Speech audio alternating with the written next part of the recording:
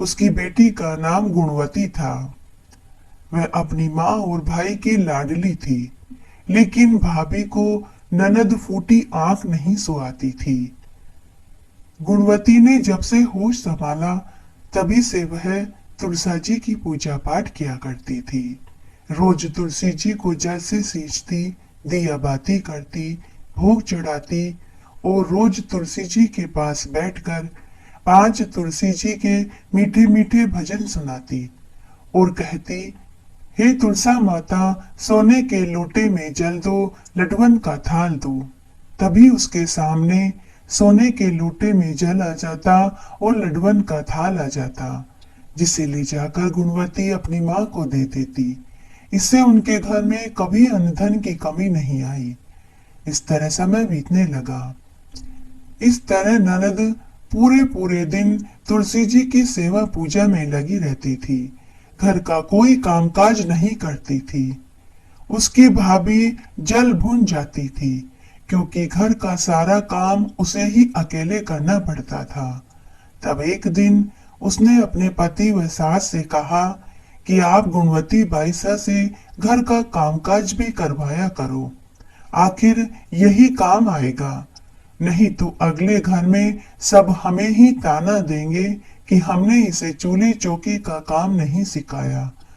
तो उसकी सास और उसका पति बोला कि हमारी बहन तो तुलसी माता की प्यारी भक्त है, तुलसी माता ही सब करेगी, तुलसी माता ही इसका ध्यान रखेगी।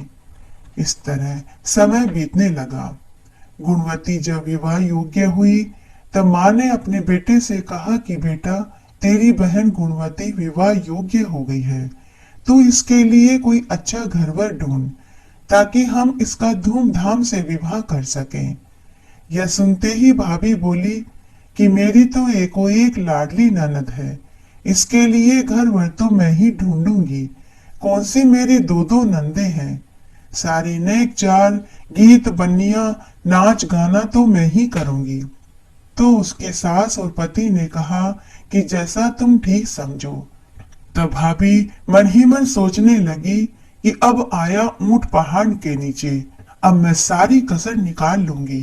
तब भाभी ने एक गरीब से गरीब लड़का अपनी ननद के लिए पसंद किया और वहां रिश्ता तय कराई। भाई और माँ ने गुणवती का धूमधाम से विवाह कर दिया। गुणवती जब विवाह होकर ससुराल में पहुंची, तो उसने देखा कि ससुराल में कोई भी उसकी आवभगत करने वाला नहीं था। टूटा फूटा 2 कमरों का मकान था। कोई वहां मंगल गीत गाने वाली महिलाएं नहीं थी। केवल एक विधवा सास और छोटी ननद थी। गुणवती ने शाम को सूखी ठंडी बासी रोटी खाई और सो गई।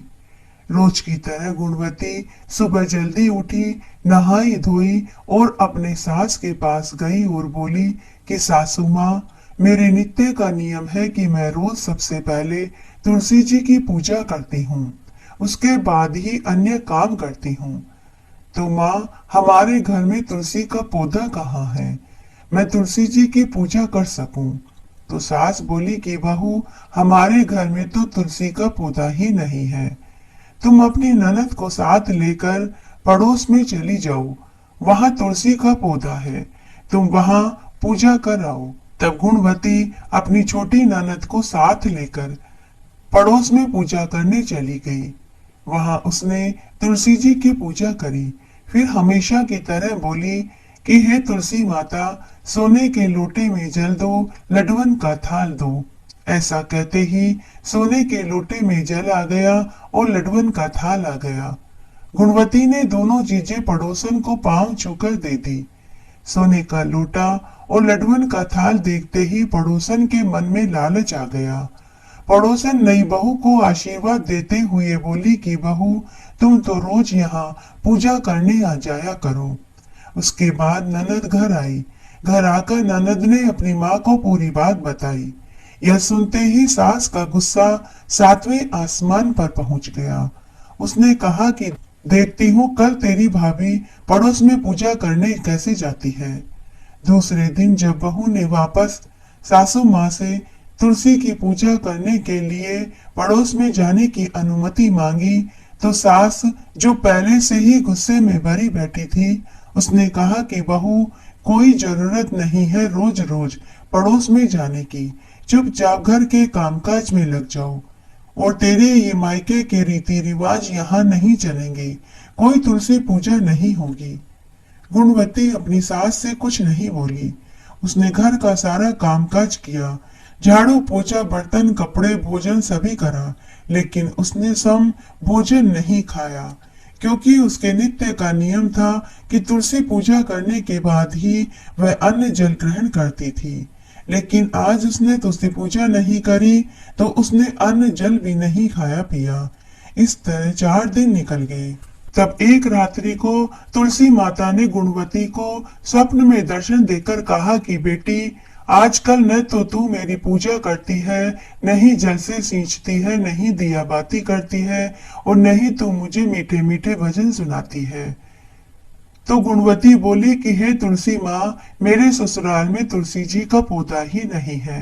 सासू माँ मुझे पड़ोस में जाने नहीं देती, तो अब मैं क्या करूं?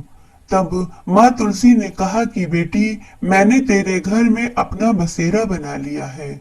ऐसा कहकर तुलसी माँ अंतर्ध्यान हो गई। तभी गुणवती की आंखें खुल गई। उसने उठकर घर के आंगन में जाकर देखा, तो उसके घर में तुलसी का पौधा था, जिसकी हर लड़ में सोने चांदी लटक रहे थे। तुलसी के पौधे को देखकर गुणवती की खुशी का ठिकाना ही नहीं रहा।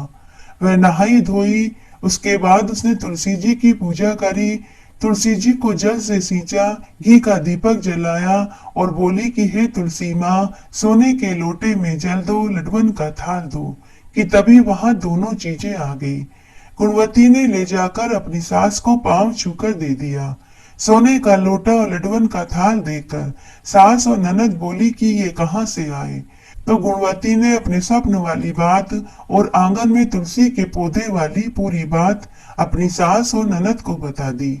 सास और ननद भागकर आंगन में देखने गई, तो उन्हें वहां तुलसी का पौधा और तुलसी के पौधे में सोने चांदी की लड़झड़ देखकर बहुत आश्चर्य हुआ। अब तो गुणवती की सास और ननद भी तुलसी जी की पूजा करने लगी। कुछ ही समय में वे बहुत अमीर हो गई। तब एक बार भाभी ने सोचा कि ननद से मिलकर आना चाहिए, देखना चाहिए कि कैसे हालों में है। भाभी मन ही मन सोचने लगी कि वह तो फटे पुराने कपड़े पहनती होगी, ठंडी बासी रोटी खाती होगी, चलकर देखना चाहिए। तब एक दिन भाभी अपने पति के साथ ननद के घर पहुंच गई। ननद के 2 कमरों के टूटे फूटे मकान की जगह हवेली नुमा मकान खड़ा था।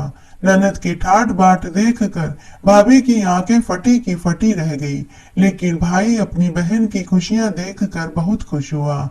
जय हो तुलसी माता की।